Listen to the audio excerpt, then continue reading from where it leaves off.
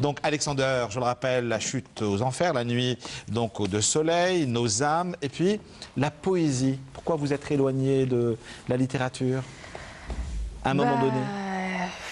Très bonne question. Merci. En fait, ça ne s'explique pas. Pour moi, l'écriture, c'est vraiment Elle est plurielle. un rapport de besoin, surtout. Oui. Je pense qu'il y a deux types d'écrivains. Il y a ceux qui sont disciplinés, qui s'assoient le matin et qui écrivent pendant 2 heures. Vous êtes une indisciplinée du verbe. Ah, moi, il m'est arrivé d'écrire sur le dos d'une amie, juste Oui. pour illustrer un petit peu la pagaille. Oui.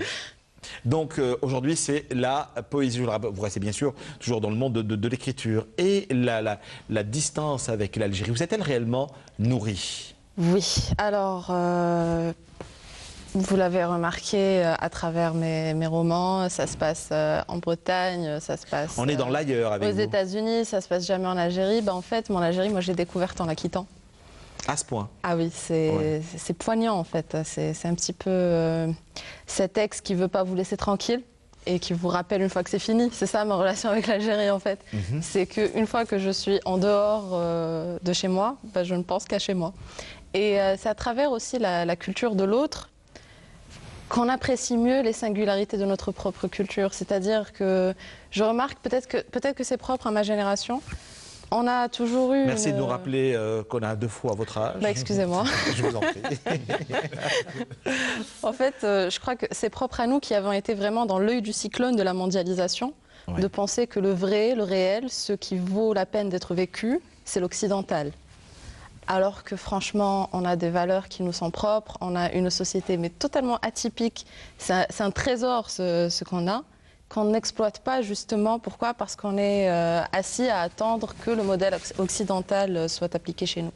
Vous le disiez à l'instant, dans vos premiers romans qu'on a eu du plaisir à présenter il y a quelques années de cela, et cela ne me rajeunit guère, moi non plus. encore une fois, vous nous emmeniez ailleurs, vous quittiez l'Algérie, tous vos personnages sont habités par des histoires et des distances lointaines. Ouais. C'est-à-dire, à travers votre dernière production, je le rappelle, 20 Old Summer, seriez-vous de retour en Algérie, même sans le vouloir? Eh bien, 20 Old Summers, je l'avais écrit, enfin j'avais commencé à l'écrire la veille de mon anniversaire de mes 20 ans, parce que bien sûr j'avais une idée mais totalement fantasmagorique de ma vie après les 20 ans.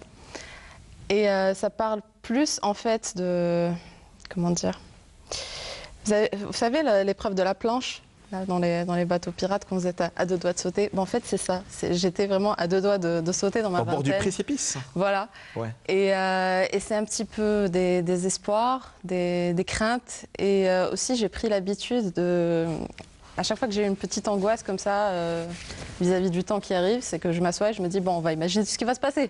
Et voilà ce que c'est. Mais de quelle crainte il s'agit? De cet ailleurs, de cet inconnu, Niamey Ribech? Disons que ça va peut-être paraître gros, de cette mais distanciation avec l'Algérie, mais également avec vos parents, d'affronter un nouveau monde, pas souvent serein. J'ai l'impression peut-être que j'ai trop écouté d'Aznavour quand j'étais jeune, enfin quand j'étais petite, c'est peut-être ça. Mais enfin, votre génération écoute Christina Aguilera et les boys bands que Charles Aznavour. Disons que pour moi, à partir du moment où on passe le cap des 20 ans, c'est le moment où le projecteur est sur soi et il reste pas longtemps. Du coup, j'ai envie d'utiliser ma lumière le mieux possible. Et avec ça vient aussi la crainte de gaspiller cette lumière, de la laisser allumer alors qu'on pourrait faire quelque chose avec. Et du coup, j'ai tellement peur de foirer que je pense trop. Une poésie presque initiatique dans ce dernier ouvrage où le questionnement, la distance, l'exil, la peur. Oui, mais en fait, je pense que la poésie, et surtout la poésie en anglais, ça a été beaucoup plus libérateur dans le sens où... vous ne pouviez pas dire quelque chose en français ou en arabe? Je trouve... Vous vouliez vous éloigner, pardon de vous interrompre, à la vigilance et à la surveillance de vos parents? Oh, bien sûr que non, non. Non, en fait, je trouve que l'anglais est une langue plus malléable. On réussit à créer des images beaucoup plus facilement parce que le français est un peu plus rigide, un peu plus français, oui. En fait. Et c'est plus étiqueté, alors que l'anglais c'est mouvant en fait. On peut mieux construire. C'est pour ça que j'arrive pas trop à écrire la poésie en français.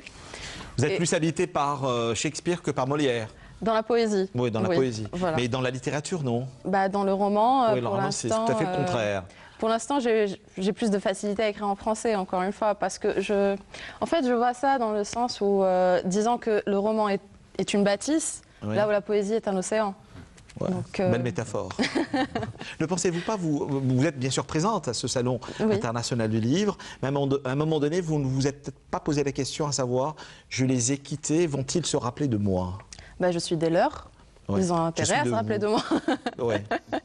En fait, c'est ça, c'est la maison. Malgré le fait que vous quittiez la maison, vos frères et sœurs ne vous oublient pas. Vous restez chez vous. Si on devait faire la traduction de 20 Old Summers en français? C'est 20 vieux étés, parce que en fait, je suis née en été. Donc, 20 Old Summers, et ben, j'avais 20 étés ce jour-là. Et que gardez-vous de cette jeunesse partante? Ben, si vous l'êtes. Bah, c'est gentil de le dire, déjà. Vous m'avez bien rappelé le de mon âge aussi.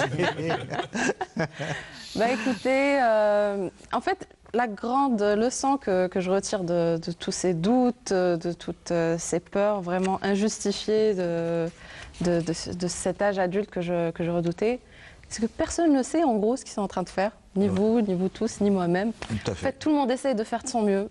Et c'est ça qui compte. Moi, j'ai juste l'impression d'avoir commencé hier. Ça fait 30 ans que ça dure, vous vous rendez compte. Hein. Et n'y a-t-il pas, c'est ma dernière question avant d'aborder d'autres questions avec à nos invités, pardon, cultureclub@tv.dz. Il y a beaucoup de tourmentes dans cet ouvrage-là. Oui. Vous parlez de monstres, vous parlez de commun, vous parlez de départ. Oui, en fait, disons que l'écriture m'aide à conjurer. Donc je pense que c'est pour... D'ailleurs, tout à l'heure, une malédiction. Je relisais et je me rendais compte que c'est vraiment dépressif. Et en gros, je pense que c'est un petit peu mon pansement, l'écriture. C'est-à-dire que je me rassure en écrivant. J'essaie de me répondre à des questions que je n'oserais pas poser à d'autres personnes. Vous voyez, c'est en quelque sorte une petite thérapie sur mesure. Donc, je suppose que c'est pour ça que c'est lourd, c'est de l'intime, c'est du vrai. Vous vous livrez. Hein, voilà, c'est du brut. C'est ce qu'on lit, par exemple, dans un de vos poèmes, qui a pour titre Mirrors. Qu'avez-vous à dire à cette Anya qui est face à vous dans le miroir? T'inquiète, tout passe. Ça ira mieux. Mais oui. Vous êtes présente, je le rappelle, au Salon international du livre, mais malheureusement, cet ouvrage ne l'est pas. Pas encore. Pas encore. Pas encore. Vous avez cédé tous vos droits à votre éditeur. Mon éditeur est anglais et disons que, bon, si jamais il y a des Algériens de passage au Cambridge, en Irlande, en Australie ou à New York, ils pourront se le procurer. 20 Old Summers, merci beaucoup d'avoir fait une halte ici même. Je rappelle, Anya Mérimèche, si vous avez évolué hors de nos frontières, allez le demander à votre petit libraire. cultureclub@tv.dz. Bonsoir.